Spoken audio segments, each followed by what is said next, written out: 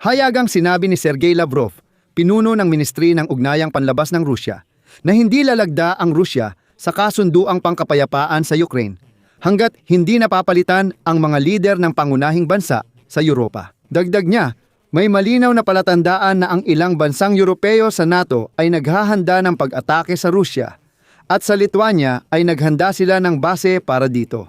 Si Sergey Lavrov ay tila sumuporta sa hidwaan ng mga lider ng Europa at Pangulong Donald Trump ukol sa Greenland at Konseho ng Kapayapaan. Sinasadya ng Kremlin na palabasing hindi lang mga Ruso at Europeo ang hindi nagkakasundo, kundi pati si Donald Trump, kaya ang problema ay nasa mga Europeo. Dagdag pa, inihalin tulad ng Ministro ng Ugnayang Panlabas ng Russian Federation ang pag-angkin ng Russia sa Crimea sa sitwasyon ng Greenland at United States na parang magkapareho lang. Maaaring gawing legal nito ang pagsakop ng mga Ruso sa Crimea.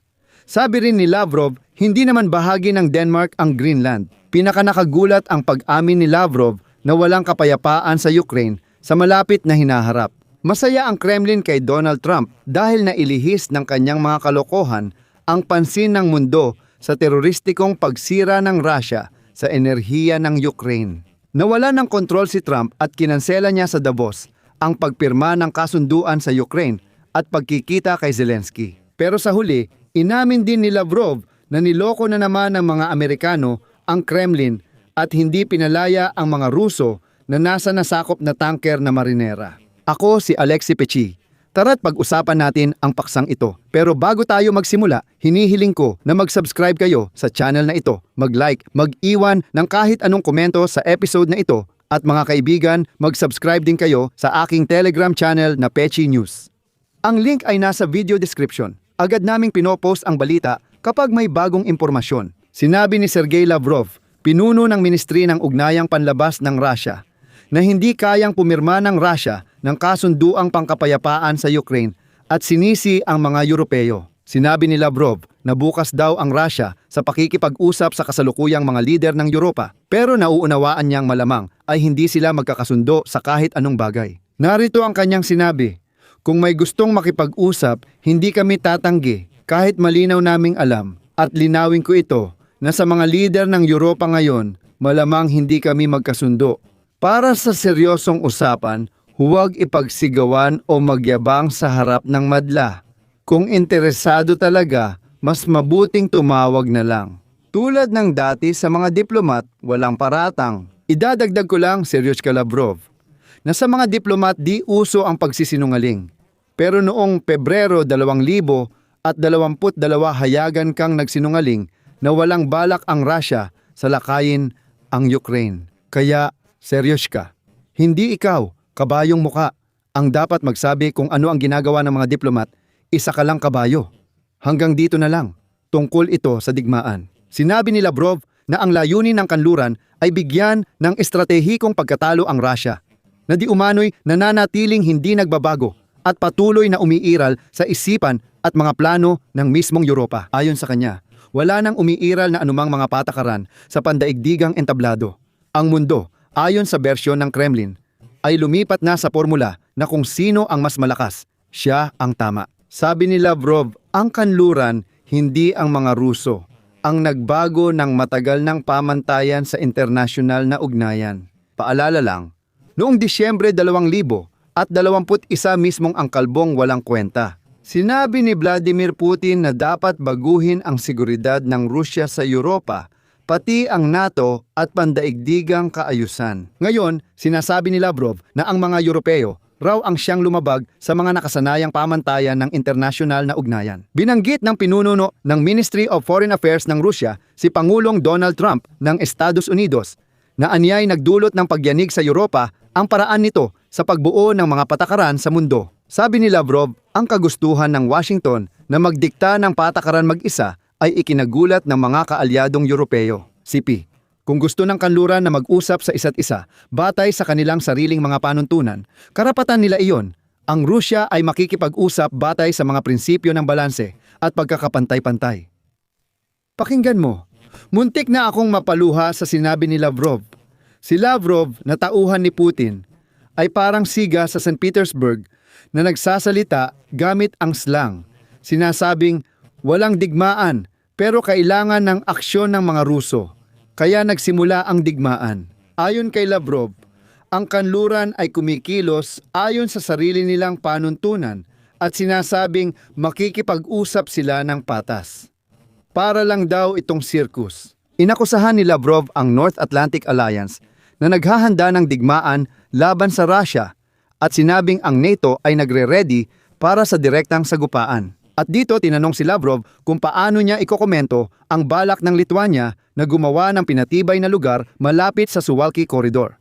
At sumagot si Lavrov, "CP ito.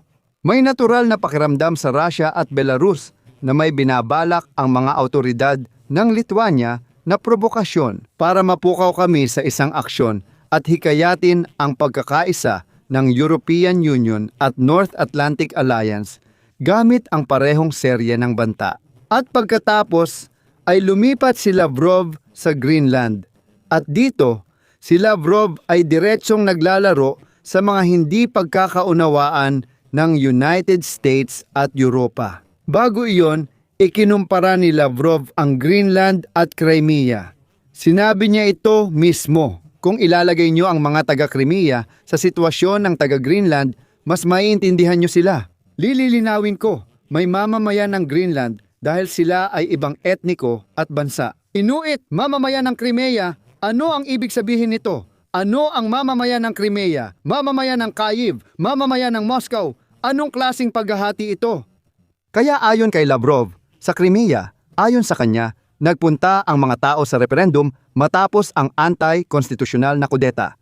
Samantalang sa Greenland, walang naganap na anumang kudeta. Sabi ni Pangulong Trump, mahalaga ang teritoryong ito sa seguridad ng Estados Unidos at hindi kasing halaga ang Crimea sa seguridad ng Russian Federation gaya ng Greenland sa Estados Unidos. Sa totoo lang, inaasahan na ito na magsisimula ang Russia na magbigay ng mga paghahambing. Walang dapat ikomento, si Lavrov nga ay kontra sa sarili niya at nagdeklara pa ng CP. Sabi ni Trump, mahalaga ang teritoryong ito para sa seguridad ng United States. Paalala rin niya, ganoon din ang tingin ng Russia sa Crimea. Narito ang susunod na CP. Hindi tugma sa prinsipyong pinagtibay ng United Nations General Assembly ang ganitong pagtatanong. Narito pa ang susunod. Ayon kay Lavrov, kasinungalingan ang sabi ni Trump na planong sakupin ng Russia at China ang Greenland. Walang patunay na totoo ang teoryang sasakupin ng Russia o China ang teritoryong ito. Nanggagaling kami sa pananaw na wala kaming kinalaman sa isyong ito. Pinagmamasdan lang namin at tiyak na ito ay isang seryosong geopolitikal na sitwasyon.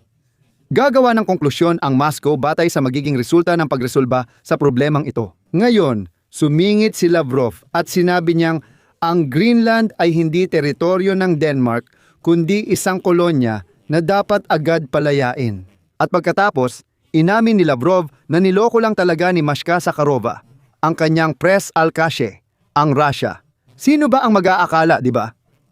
Ayon kay Lavrov, hindi pinansin ng Washington ang hiling ng Moscow na palayain ang 2 Ruso at tanker na marinera na sinakop ng mga sundalong Amerikano 2 linggo na ang nakalipas. Sabi niya, nangako ang mga Amerikano na palalayain ang mga Ruso kinabukasan pero hindi ito natupad. Ngunit sa kasamaang palad, ipinakita ng mga sumunod na araw na hindi tinutupad ang desisyong ito. Inaasahan naming tutuparin ng mga Amerikano ang kanilang mga ipinangako sa amin. At ang buong irony dito, noong ika-9 ng Enero, inihayag ng tagapagsalita ng Ministry of Foreign Affairs, Russian Federation na si Mashka Sakharova sa publiko na nang hingi ng Kremlin, sinabi niyang hiniling nilang palayain ang mga Ruso mula sa tanker na marinera. Nagsorry ang White House at nangakong agad palalayain ang marinera crew. Gaya rin ng sinabi ni Sakharova, nagsimula na ang panig ng Russia sa tinatawag nilang agarang praktikal na pagtalakay sa lahat ng issue na may kinalaman sa mabilis na pagpapauwi ng mga marinong Ruso pauwi sa kanilang tahanan.